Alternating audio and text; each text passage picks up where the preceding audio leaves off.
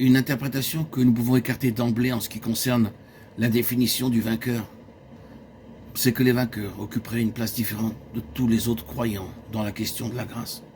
Beaucoup d'idées fausses ont circulé autour de la question des vainqueurs à ce propos, et elles ont jeté le discrédit sur toute cette question. L'une de ces idées concerne la récompense.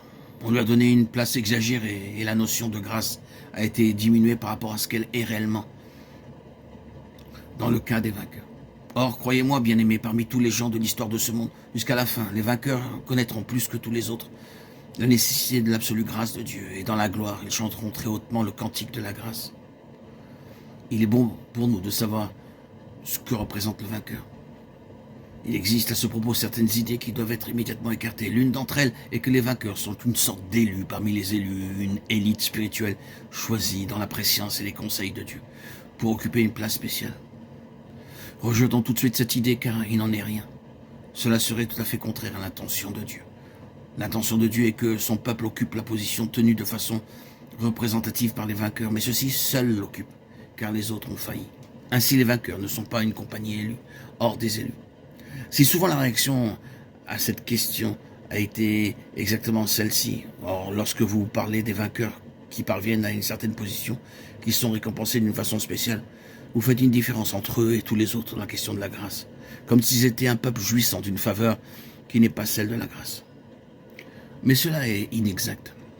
Laissez-moi répéter ce que j'ai dit.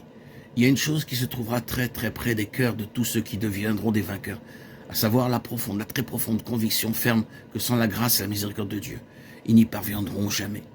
Et ils en seront plus conscients que tous les autres. Donc, écartons ces idées fausses et venons-en à la signification réelle du vainqueur.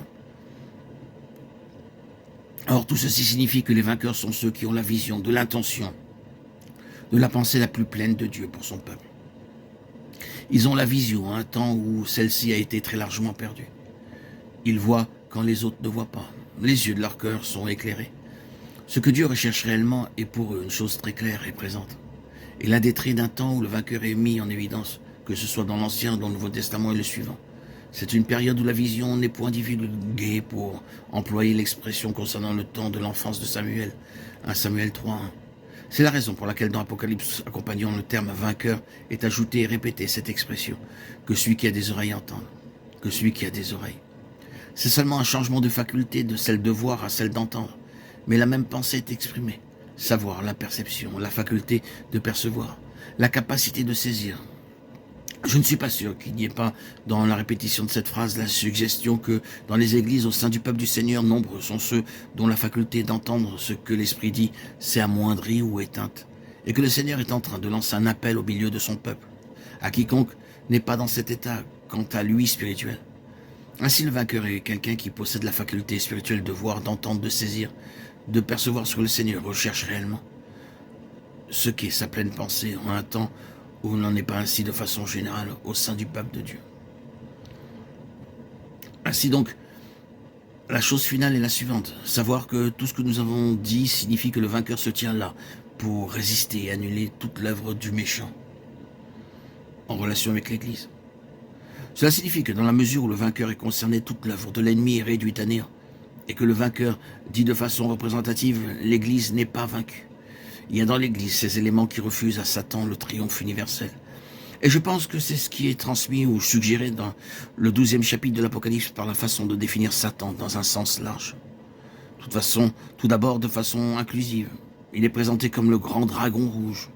Cette désignation a en vue d'englober ces termes supplémentaires, le serpent ancien, appelé le diable et Satan, celui qui séduit toute la terre, et plus loin, l'accusateur de nos frères.